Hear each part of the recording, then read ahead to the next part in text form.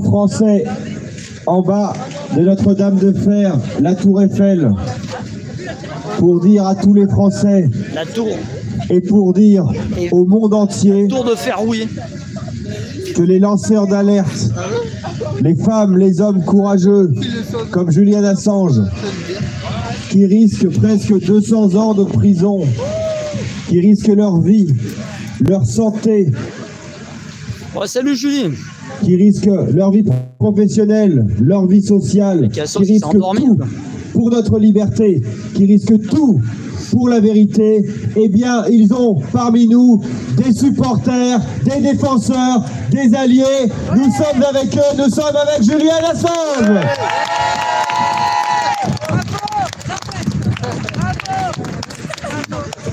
Libérez Assange! Libérez Assange! Libérez Assange! Libérez Assange! Libérez Assange! Libérez Assange! Libérez Assange! Libérez Assange! Julian Assange est le symbole de la soumission. Il est de plus en plus souvent traîné dans la boue parce qu'il dérange avec toutes les actions qu'il a fait pour montrer la vérité sur les agissements des États-Unis d'Amérique, sur les agissements de l'OTAN, sur des crimes de guerre, sur de la corruption. Tout cela fragilise l'empire du mensonge. Les États-Unis, ce colosse au pied d'argile, qui veut se parer de vertu, être le parangon mondial de vertu et qui en pratique, Julian Assange l'a montré, est très coutumier du mensonge, de la désinformation, des guerres illégales, des crimes de guerre. Et des personnes comme Julian Assange ont permis de documenter cela.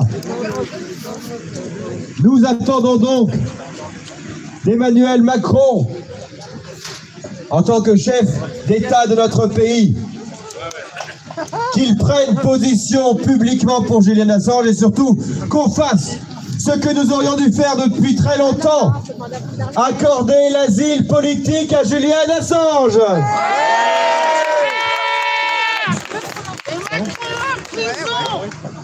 Libérez Assange! Libérez Assange! Libérez Assange! Libérez Assange! Libérez Assange! Libérez Assange!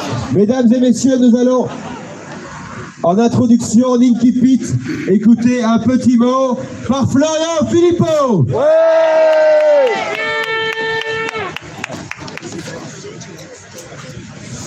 Bonjour à tous, je reviendrai tout à l'heure. Ah, ça fait mieux. Voilà, le soleil arrive et ça fait du bien de vous voir. Libérer Assange, là, avec les panneaux pour la liberté, qui est notre grand combat. Nous sommes devant l'ambassade d'Australie, il est australien.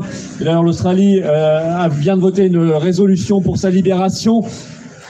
Mais nous nous réunissons aussi pour tous les lanceurs d'alerte qui sont aujourd'hui menacés, notamment par l'article 4 de la loi dite sur les dérives sectaires. On va en reparler, parce que la Macronie attaque évidemment la liberté et les lanceurs d'alerte. Mais je voulais dire, par ailleurs, et ça n'est pas sans lien, qu'en ce moment, nos agriculteurs sont en train de résister au salon de l'agriculture. Ils ont forcé Macron à partir. Et pour ceux qui le veulent, après cette manifestation, nous irons devant le salon de l'agriculture qui est dans le même arrondissement. Le message est passé et vive la liberté, je redonne la parole à Eric.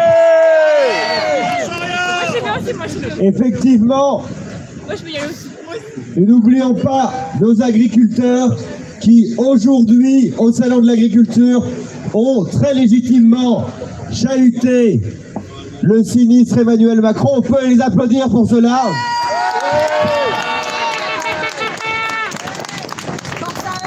Et je sais que plusieurs d'entre vous ont vu les vidéos, m'en ont d'ailleurs parlé pour certains d'entre vous. Ils ont notamment attaqué et chahuté le stand de l'Union européenne au salon de l'agriculture.